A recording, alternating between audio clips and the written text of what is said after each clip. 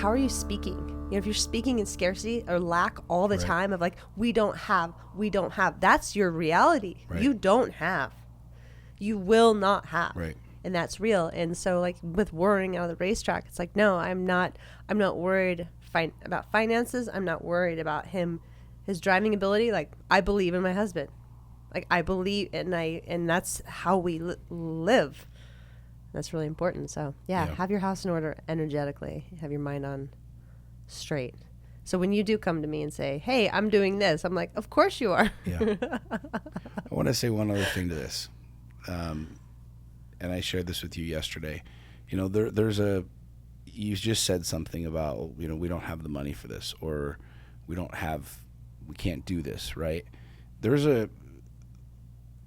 a very real mentality that a lot of people have. Yeah.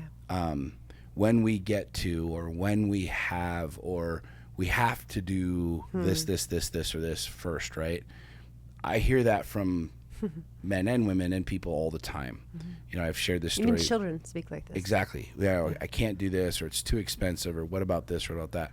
You know, I was in Baja a couple of years ago with Will, and I've shared this experience multiple times. This guy came up to me and Will. We were in contingency, so we were driving the car through to get it tacked, and all the people are out there and the whole thing. And he's like, oh, Sean Whalen, you know, I've been following you on Instagram. Good to see you down there. You must be Will. And, you know, he was just older gentleman and chopping it up, and he was down to watch the races. And he's like, man, I've wanted to do this forever. It's on my bucket list, like for, you know, me and my son to do this. And I was like, well, why don't you do this? Like, why don't you race it? I mean, this Will was like 12 at the time, right? And he's like, well, I got kids at college, I got this, I got that, I got whatever of all of these things. I've got excuses. You know, and I was like, let me just ask you a question.